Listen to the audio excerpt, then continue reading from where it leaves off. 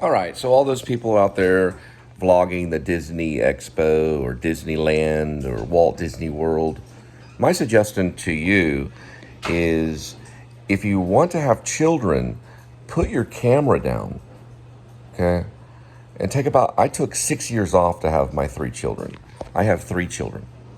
And all 3 of us, including my current wife and me, we'll all go to Disney World and I'll vlog it as in video log. And you'll see it. And you'll go, wow, I'm so just in awe. I'm so in awe of God's love. You got to put that camera down. You got to go to church. You got to pick up a Bible. I took 6 years off to read the Bible and go to church and be in the presence of God. So keep on vlogging that Disney World, but the kids aren't just going to plop out of the sky. You got to work at it. All right. Welcome to the Please Subscribe Show. I'm Cole Spivey. I'm Linda.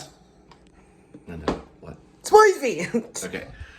And today, she's finishing up her sandwich. Today is September 11th. And this is a special day for me because I was only blocks away from what went down on that Tuesday of September 11th.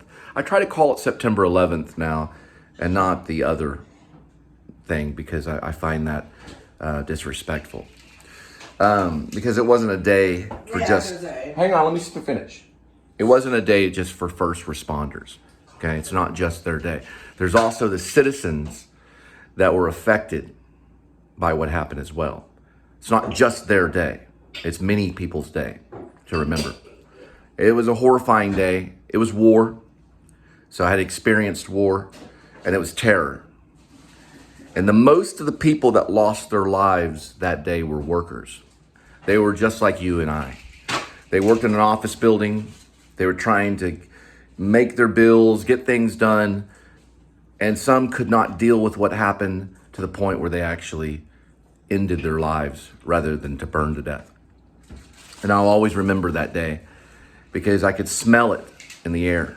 I could smell the burning buildings in the air. And I wrote about it. I wrote a poem about September 11th as I watched it happen in this very journal right here, which was a journal I took with me in New York City when I was studying acting at the Actor Studio. Right here, that's the journal. And I wrote about the poem and I called the building a certain name because the building was made of glass. There was glass everywhere. That day, a lot of glass shattered. Those are the things I think of. Yes, there were heroes that day. People ran in the building and never came back home. People tried to make it stop happening. And yes, I approached it and I tried to do the same. But because of media, I was saved. There was a lady from Talk magazine. I think it was actually the owner of Talk magazine. It's a female. I looked it up later on. She was a blonde-headed lady, kind of older. She literally did this. I was walking past 12th, just like Linda was walking right there for a minute. Not like all around, but I was walking around. And I was walking this way, and she literally just went like this and got in front of me and said, "Who are you?" Like that. She was a reporter. And I said, I gave her my name. I'm Cole, and I go to the New School University and stuff like that. I'm just writing about it. She said, "Don't go that way. Don't go towards the building. Don't go that way." And I said, okay. I could have. But she said, we got some information that the buildings are going to fall. So that's how quick it spread, and she was right. The buildings had not fallen at that point. Nothing had crumbled down at that point, which they did later on. They just fell in a very strange manner. Just like you'd see in the movies. The day before that, which was September 10th, was the day Bruce Willis was interviewed. So it was like a Die Hard movie or something. Some guy that I passed by, he was banging a payphone and screaming about King Kong. Don't know why. People had gone like insane. Like it was literally, they were out of their minds. And then they started running. Now I didn't have to go through that part because I had turned around and listened to the talk reporter lady, and I turned around and she saved my life. So I'm thankful for her telling me that the buildings would have fell, because I would have walked up to them and sat there and did my thing with writing and looking at it and write more and looking around, because I only had a journal. That journal is all I had that day when I was walking up to it. But I got away, and I survived, and I'm here to talk about that day on September 11th. So I wasn't rescued by any hero but that lady, who was a media person. She was a Talk magazine reporter, because she said she was with Talk magazine. She didn't interview me too. She put the microphone to me, interview me. All right. So welcome to the Please Subscribe show. I'm Cole Spivey. I'm Linda Spivey. And we are one under the blood of Lamb. Enjoy your September 11th. Hold your head high. Remember, it'll never happen again. For lunch today, I'm actually eating pieces of bread and a bag of M&Ms. And then that's some of the trash that's going out. And we're pretty much, doing our thing.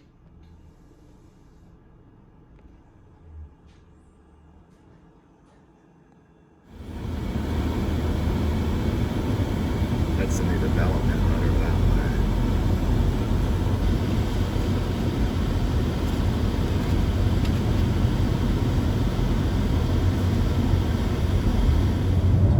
We're talking about credit cards, and anyways, there's a lot of stories with credit cards, but be careful. We'll get into the whole credit card mess later. Dog walking. So we're gonna talk about dog walking. You can actually make a career out of dog walking if you want to. Seriously, you can. It's called WAG. The only thing is, you got to show up on time. You got to schedule all the offers or whatever it is that you get, and you have to actually walk the dogs. I heard there were some people that would put the leash outside the window of their car and walk the dog that way, but you actually have to walk the dog, because they got a GPS monitor that can monitor you walking the dog. You also have to take photos of the dog, and you have to put a bandana around the dog's neck, you loosely, just like a little bandana, and a bandana where you can, I guess, around your neck, and get a photo. So they know you're with that company and the dog's okay. And then you send the photo to the owner. You got to water the dog, feed the dog. They give you a key to their house.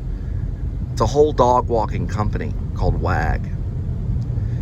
And I think there's a lot of money in it. But it looks like a cool company, especially if you have a dog and you have to go to work and you want the dog to be taken care of while you're gone, or your dog gets nervous. Check out WAG, W-A-G. It's an app. And there's other dog services too that are very similar, where they'll walk your dog, take care of your dog for the day, and you don't even have to worry about it. The reason why WAG makes you put a bandana around the dog's neck and then put a bandana around your neck is so the owner doesn't get jealous of the fact that you got a photo with their dog. Okay, so when they see the photo, they see that this is just a company. It's not, you don't own their dog. You're not the new friend of that dog. It's purely professional.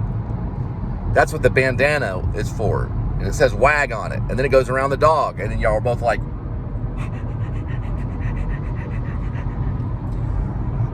because you currently have access to that person's house key, their dog, where the dog food is, where the water is. They put a lot of trust in you. So you make one little mistake, you smile wrong, that could be the last offer you get from that particular person. But it is a schedule your own kind of job. So you schedule it, you show up, you spend the hour or two, and then you're paid. Probably they make a lot of money, like a whole bunch of money off tips, because the owner can tip that person pretty good, or pretty well is a better word. Meaning they can give you a healthy tip where you're doing good, because people love their dogs. It's a good job to get into. I actually did get into it. I scheduled all that kind of stuff and everything. I never actually did any of the dog walks though, because I was busy with another. I was doing Uber. I was doing rideshare at the time. I just wanted to see what it was like, just for research. So I had an account open in my name, everything. It was, it was cool.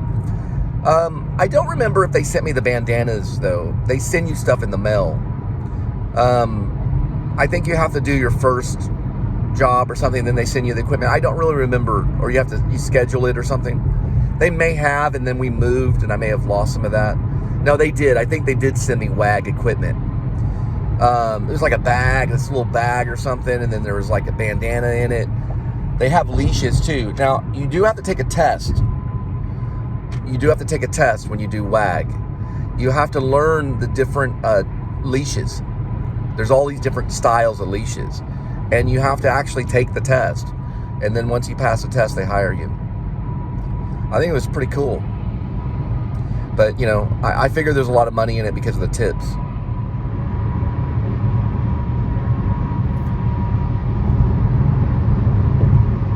I think everybody has the right to make the amount of money that they choose to make because of religion. Because people make vows of poverty, but you can also make a vow of middle class. Or you can I guess some of them make a vow to be rich, if they see that as a vow. You choose the amount of your income based upon your relationship with God. Because I was always taught that it's God's money. It's not our money. It's all of God's money. So we don't really control the money. God does. So it's your relationship with God is pretty much why you're making that crappy paycheck. Because what kind of relationship do you have with God? That's the post office right there. It's built in 1931, went in business in 1933. So once we reach like 1 million subscribers and we're like really famous celebrities and we got to wear sunglasses and all that kind of stuff, I'm not going to really have like a mail system thing where you can send fan mail. I'm just going to do it through comments. Because those will last longer as long as I leave them on my channel. So just comments will be fan mail, that whole mail thing, the fan mail thing, that's just a big mess. And it stops up the post office too. The postal workers have enough to deal with sending all the required mail that you have to get in your mailbox or your PO box, whatever it is that you have. It's better just to, you know what they need though? Just this little note. More of those Amazon pickup lockers or something similar, but for the mail system.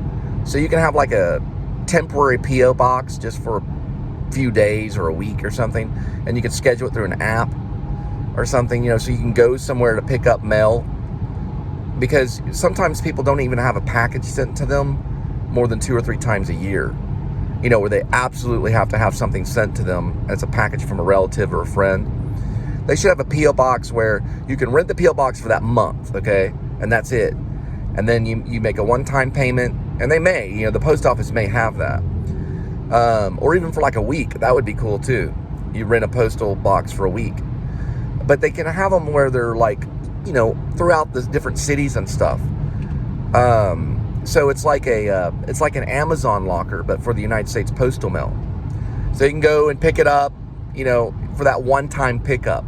That's what it would be, yeah. That's exactly what it would be. It'd be like a one-time pickup, just like an Amazon locker. And you have a thing on your app where you give the money to the post office, then you go to that particular free postal box that may be for the day or the 2 days or however long you rent it. You make that payment, and then you have access to that postal box, wherever it may be. Kind of like how they do in New York City with those little key lock things, where you go in, you put the key lock, back in the day. Now it's probably all done through an app, because you only have that key lock as long as you have the key. And all those movies were based around it, where there'd be like, $1 million in a bag or something of diamonds, and they'd put it in the little locker and take it out, that kind of thing. But this would be through the postal service, and it'd be like a temporary thing where you just do a pickup. You can have the locker, for a certain amount of time as long as you make payments on it or something. What's cool about those little things, those little key lock things in New York, is you had that thing there in that lock box or whatever, as long as you had the key. If you lost the key,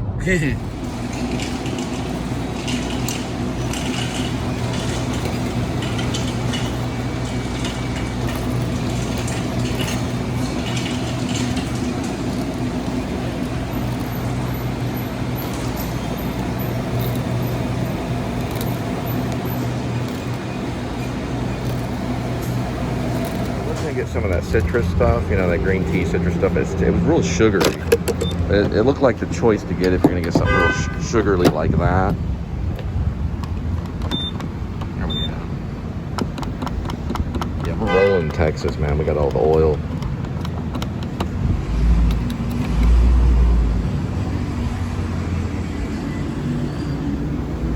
Now, if gas is gonna drop low, it's gonna be Texas first.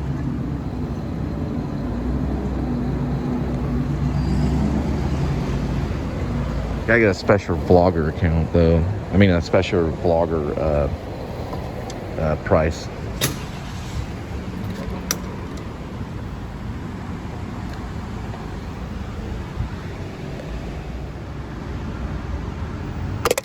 Right here was a 7-Eleven. It did make the vlog.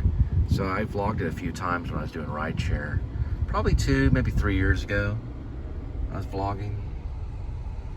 That's when I was doing raw uploads, just like strictly uploads. Now it's something else. It's like a puff world, whatever that is. I feel, you know, working DD, that the best thing about it is Little Caesars. You just walk in, give them the code. You don't even have to give them the code. You just walk in, press the code on the little oven thing, opens up, boom, got the pizza, and you're gone. It's just real quick stuff. You gotta watch out for drinks though. Watch out for drinks, because sometimes I'll have a Pepsi or something like that. You get a 2-liter. But other than that, you just check the app, get the code. It's called a portal code. Just go in there and put in the portal code. The little port thing opens up, the little glass thing opens up. The pizza's right there, boom. Now this is Hurricane Harbor right here on the other side of Bard Farm Road. Lots of activities during the weekend. And then right over there, you can see the tail end of the Giant between these two cars. And they're usually only there like on the weekends. No, they're swinging. You got the swings going on, but no one's in them. Not right at this moment. Song they came up with right there. Have you ever heard it? Basement of the Hill, or From the Basement of the Hill. A couple Cowboy fans. There must be a Cowboy game going on, or they're just exercising. I don't see any much traffic that direction over there. Maybe they're just out walking. Maybe they're gonna get a tour of the AT&T.